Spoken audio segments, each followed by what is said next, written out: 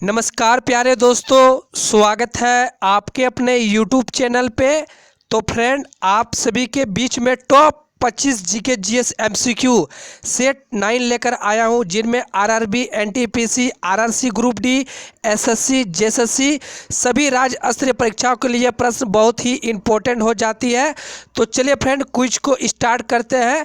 इससे पहले चैनल पे जो भी नए छात्र हैं, चैनल को सब्सक्राइब करके बेल बटन को प्रेस कर ले। आगे की जो भी वीडियो आएगी, नोटिफिकेशन आएगी, इस चैनल से मिल जाया करेगी। तो चलिए, तो फ्रेंड, आप सभी देख सकते हैं समान ज्ञान के प्रश्न, ये बहुत ही इम्पोर्टेंट है। और ये जो सेट है फ्रेंड, सेट 9 है जी, ठीक है। यदि आप सभी सेट 1 से लेकर 8 तक नहीं देखे हैं तो लिंक नीचे डिस्क्रिप्शन में है, और साथ में आप सभी के लिए प्ले लिस्ट भी बना दी गई है, तो आप सभी उस वीडियो को जाकर जरूर देखें। तो चलिए सेट 9 को आज को स्टार्ट करते हैं। तो प्रश्न संख्या 1 आप सभी स्क्रीन पे देख सकते हैं। सर्वोच्च न्यायालय के मुख्य न्यायाधीश की नियुक्ति कौन करता है? जी फ्रेंड, सर्वोच्च न्यायालय यानी आप सभी कह सकते हैं सुप्रीम कोर्ट के मुख्य न्यायाधीश की नियुक्ति कौन करता है? तो इसका जो राइट आंसर हो जाएगा फ्रेंड, मैं आप सभी को डायरेक्ट आंसर बताऊंगा ताकि आप सभी का समय कम लगे। इसका जो राइट आंसर हो जाएगा सी, राष्ट्रपति। जी हाँ, सर्वोच्च न्यायालय के मुख्य न्यायाधीश की जो नियुक्ति करता है वह राष्ट्रपति जी करते हैं। तो चलिए अगले प्रश्न की ओर। प्रश्न संख्या 2 सर्वोच्च न्यायालय के अन्य न्यायाधीशों की नियुक्ति कौन करता है? जी हाँ फ्रेंड, सर्वोच्च न्यायालय के अन्य न्यायाधीश यानी, तो इसका जो राइट आंसर हो जाएगा, आप सभी याद रखेंगे, सर्वोच्च न्यायालय के जो अन्य न्यायाधीश की जो नियुक्ति करता है सर्वोच्च न्यायालय के मुख्य न्यायाधीश के परामर्श से राष्ट्रपति से द्वारा, ठीक है। सर्वोच्च न्यायालय के मुख्य न्यायाधीश के परामर्श से राष्ट्रपति। तो चलिए अगले प्रश्न की ओर। इसका जो राइट आंसर हो जाएगा ए। प्रश्न संख्या 3 भारत के कार्यवाहक, जी हाँ, भारत के कार्यवाहक मुख्य न्यायाधीश की नियुक्ति कौन करता है? तो इसका जो राइट आंसर हो जाएगा बी, राष्ट्रपति, ठीक है। भारत के कार्यवाहक मुख्य न्यायाधीश की जो नियुक्ति करता हुआ हो जाएंगे राष्ट्रपति। तो आप सभी कंफ्यूजन नहीं होनी है फ्रेंड, और आप सभी नोट डाउन करते चले सभी प्रश्न को, क्योंकि ये प्रश्न बहुत ही इंपॉर्टेंट हो जाती है।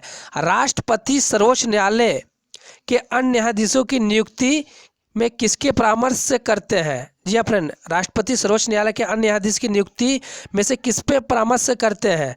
तो इसका जो राइट आंसर हो जाएगा फ्रेंड, आप सभी याद रखेंगे ए, सर्वोच्च न्यायालय के मुख्य न्यायाधीश से, ठीक है। तो इसका जो राइट आंसर हो जाएगा ए। तो चलिए अगले प्रश्न की ओर। प्रश्न संख्या 5 प्राक्कलन समिति के सदस्य हैं, प्राक्कलन समिति के सदस्य हैं, तो इसका जो राइट आंसर हो जाएगा केवल लोकसभा से चुने जाते हैं। जी हाँ, प्राक्कलन समिति के जो सदस्य चुने जाते हैं केवल लोकसभा से चुने जाते हैं। ए इज राइट आंसर। तो चलिए अगले प्रश्न की ओर। प्रश्न संख्या 6 भारत के नियंत्रक एवं महालेखा परीक्षक के कार्यकाल हैं? जी हाँ फ्रेंड, ये आरआरबी, एनटीपीसी प्रीवियस ईयर्स में और साथ ही स्पेशल ब्रांच कांस्टेबल में ये प्रश्न आई हुई है। तो इसका जो राइट आंसर हो जाएगा 6 वर्ष या 65 वर्ष की आयु जो भी पहले पूर्ण हो। तो चलिए अगले प्रश्न की ओर। इसका जो राइट आंसर हो जाएगा, आप सभी याद रखेंगे सी। प्रश्न संख्या 7 निम्नलिखित में से कौन भारत का कॉन्स्टोलिटेड फंड का नियंत्रण एवं पर्यवेक्षण करता है? जी हाँ, इसका जो राइट आंसर हो जाएगा भारत के नियंत्रण एवं महालेख परीक्षक। ए इज राइट आंसर। तो चलिए अगले प्रश्न की ओर।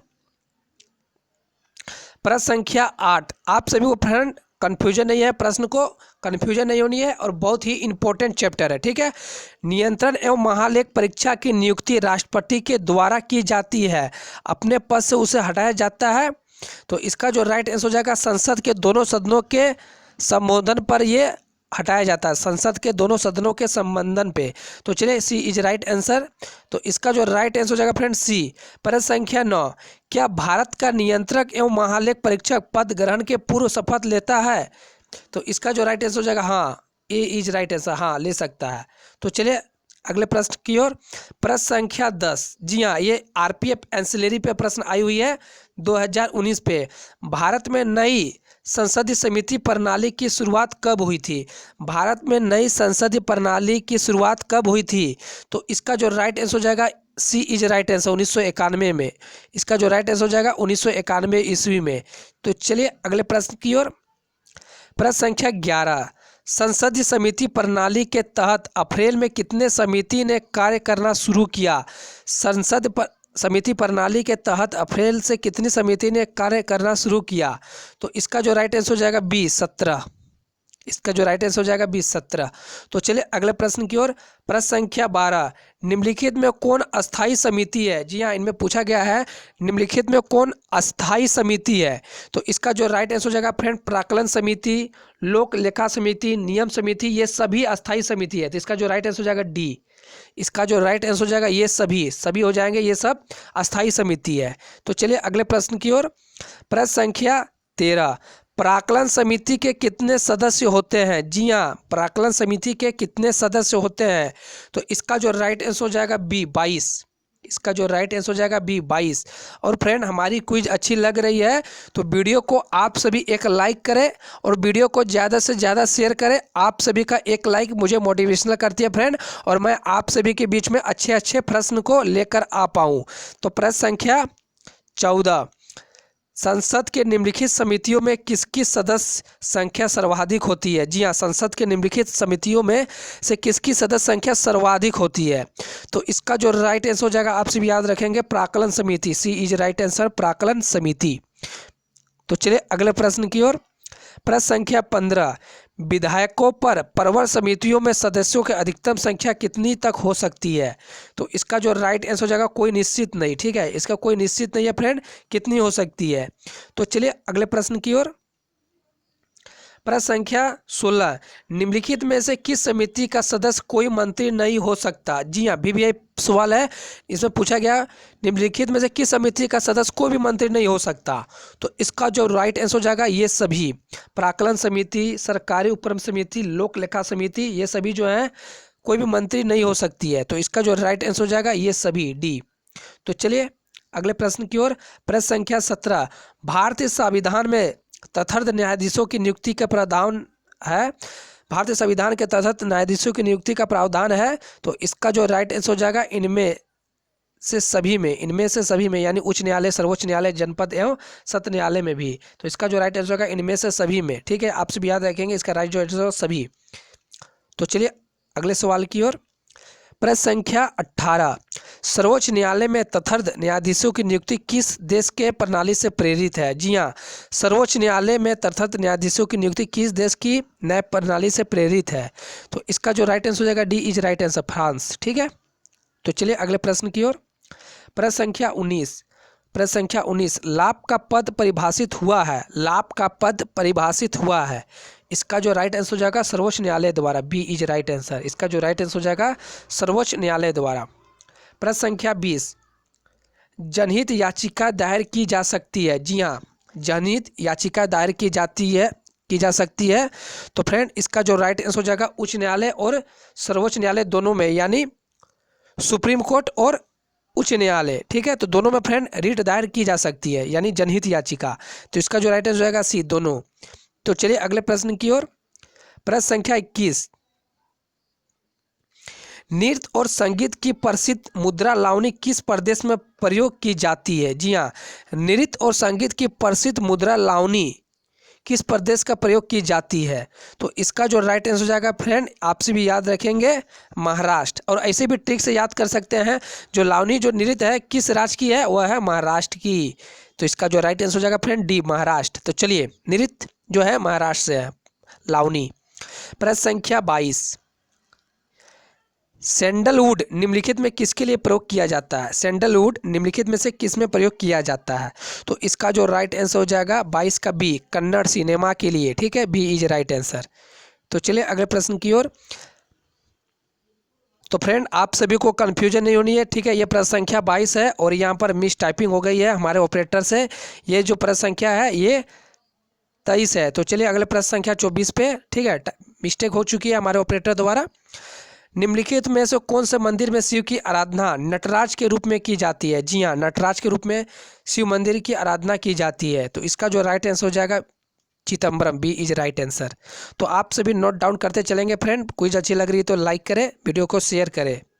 प्रश्न संख्या 25, तो आज मैं फ्रेंड आप सभी को 30 जीके जीएस कराऊंगा। ठीक है, 30 जीके जीएस कराने वाला हूँ। तो संगीत के क्षेत्र में तानारीरी पुरस्कार किस सरकार द्वारा दिया जाता है? जी हाँ, संगीत के क्षेत्र में तानारीरी पुरस्कार किस सरकार द्वारा दिया जाता है? तो इसका जो राइट आंसर हो जाएगा गुजरात। जी हाँ, इंपॉर्टेंट सवाल है फ्रेंड, ठीक है।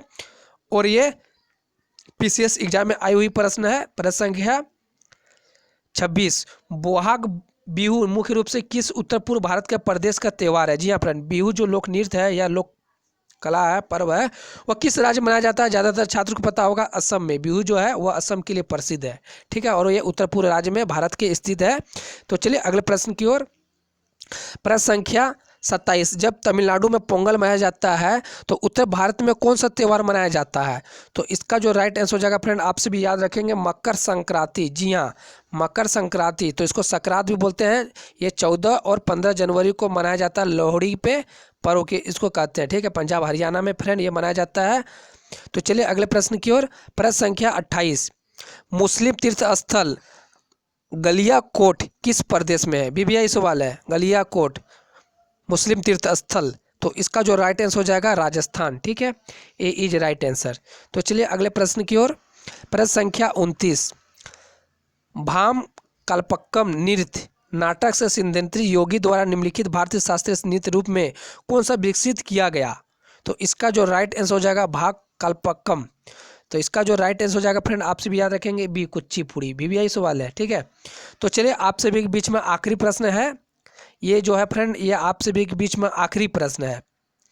उत्तर पूर्व क्षेत्र सांस्कृतिक केंद्र का हेडक्वार्टर कहाँ है? जी हाँ, प्रश्न को घुमा दिया है फ्रेंड, उत्तर पूर्व क्षेत्र सांस्कृतिक केंद्र का हेडक्वार्टर कहाँ है, यानी मुख्यालय कहाँ है? तो इसका जो राइट आंसर हो जाएगा, आपसे भी याद रखेंगे, गुवाहाटी, ठीक है। और ये असम में स्थित है फ्रेंड, उत्तर पूर्व सांस्कृतिक केंद्र का इसका मुख्यालय है गुवाहाटी। तो इसका जो राइट आंसर हो जाएगा बी। तो फ्रेंड अगर हमारी क्विज अच्छी लगी तो वीडियो को लाइक करके दोस्तों पे शेयर करेंगे। मिलते हैं कल की क्लास में, तब तक के लिए धन्यवाद। जय हिंद, जय भारत।